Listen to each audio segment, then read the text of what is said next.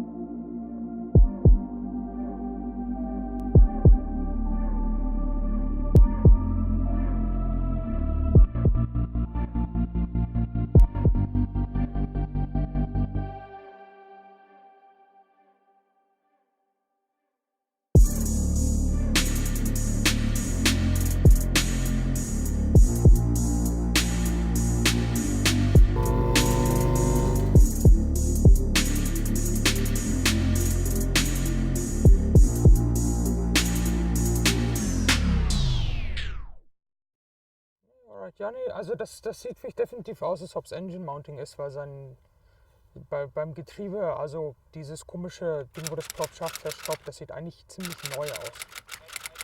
Ja, die sieht eigentlich ziemlich neu aus. Also da sich nichts fürs groß irgendwie kaputt ist oder so. Ja, morgen bin ich bei der Arbeit. Ja, ich hab neue Opels reingekriegt. Kannst gerne gucken, komm. Alright, Karl is a born KP who now lives in Namibia for over 10 years. He's 20 years old. I eat, sleep and breathe cars, especially Mercedes.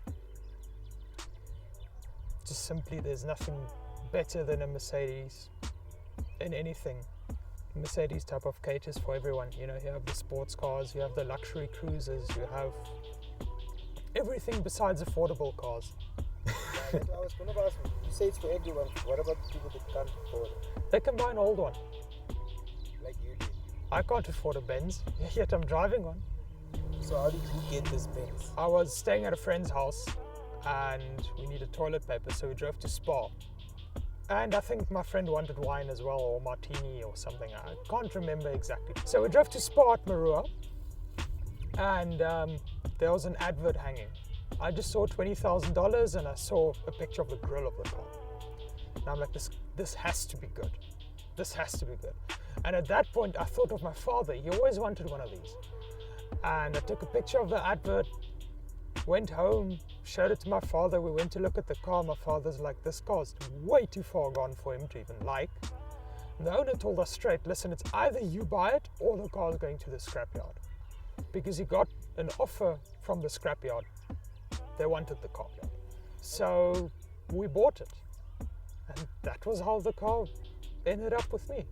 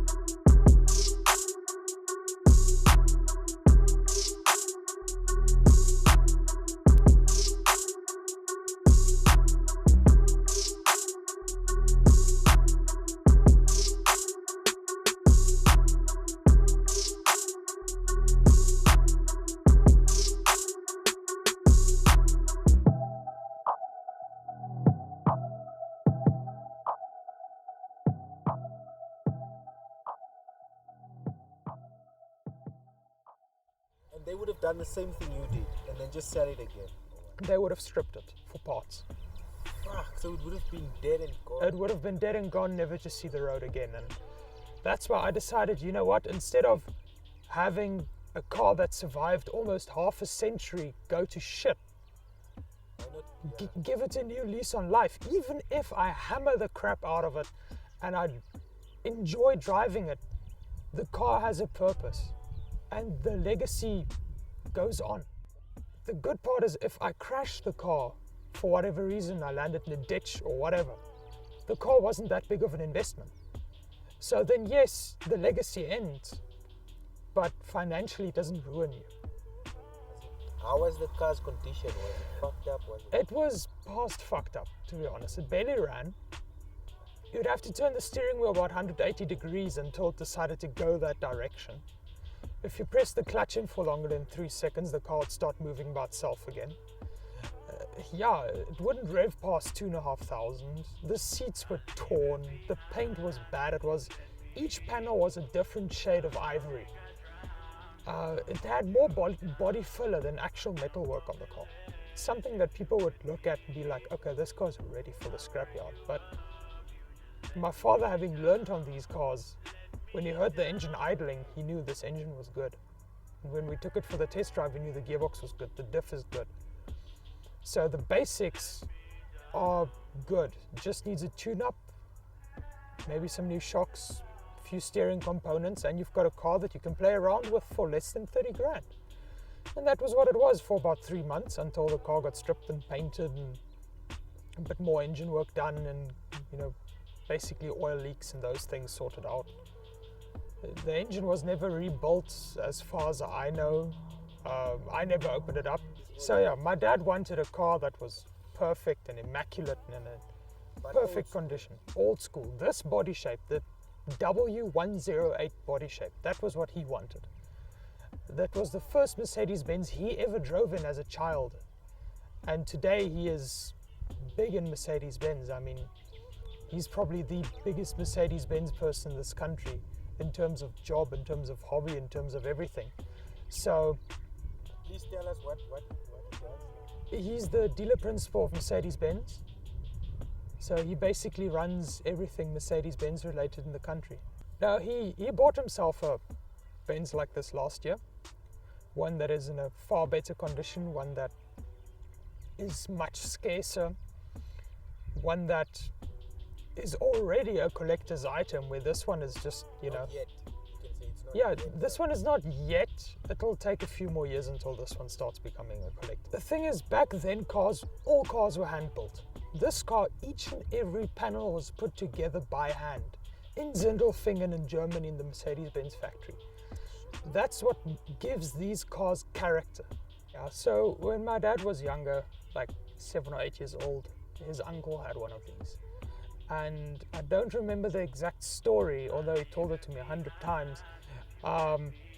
But somehow he got to drive with his uncle and he fell in love with this Mercedes. This is how the wood is supposed to look.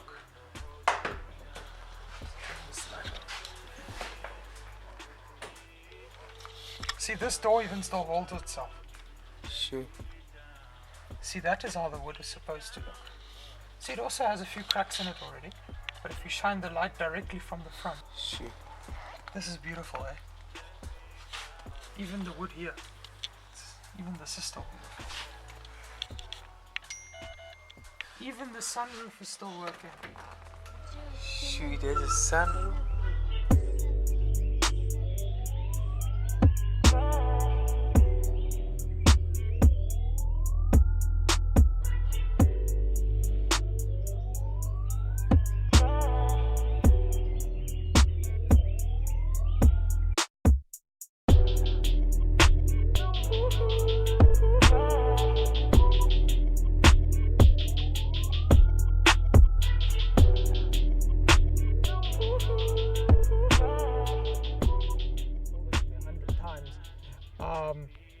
But somehow he got to drive with his uncle and he fell in love with this Mercedes. He knew this was what he wanted and this is where it was going to go. And he started working at Mercedes. I believe he was not even 20 years old. And today still he works at Mercedes. And he owns one of these now himself, which is a pristine collector's car. It's a rare color, low mileage, well looked after.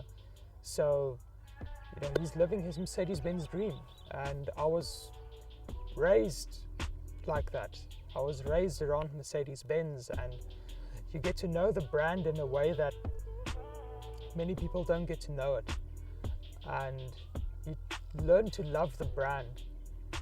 And even though I don't necessarily agree with everything or every decision the brand makes, I have my favorite cars, and they're all Mercedes-Benz. Yeah, if I didn't buy this car would have been an empty shell standing on a junkyard, never to see the road again. Parts of it would have seen the road. It would have kept others alive, but it itself would have been done. Some of them are already collector's items. The two-doors, the cabrios, and those with special paint colors or special executions, they are already collector's items. This car, it's a car that's about to enter the classic stage, and the classic, or the collector's stage, where the people are actually too scared to drive them because they know if an accident happens, the car, they can't replace it. These days, if you drive a new Mercedes, BMW, Audi, Opel, whatever, if you're in an accident, you can just go and order a new one, or buy one used, or this. Yeah, I can find another one, but it will cost me an arm and a leg to get it where it is now. It won't be the same. No two classic cars are ever the same.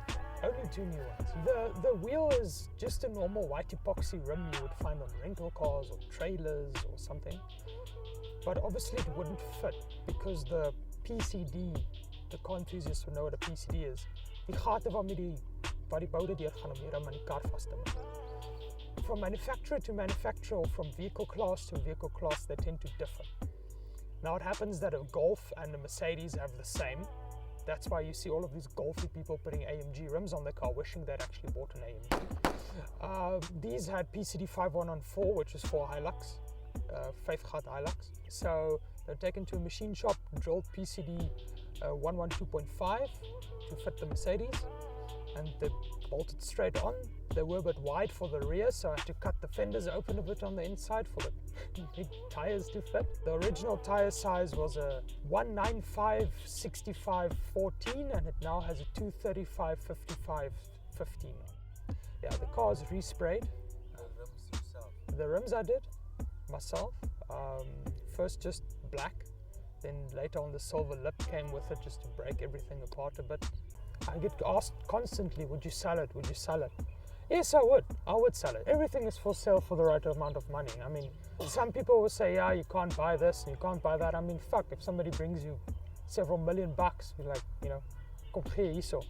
Be it your house, be it, okay, you won't sell your child, but you get my point. Everything is for sale at the right price. For some marriages, even the wife. Okay, so if someone had to approach you, the listing right now, they'd have to bring me $500,000 on. These cars are future classics. When this car reaches 50 years of age, it's now 47 years on the road. It's built 48 years ago. Once it hits 50, the value just doubles right there. So I'm losing a future investment. And just simply for that reason, somebody would have to give me a stupid amount of money for me to sell this car. A stupid amount of money for me to sell this car.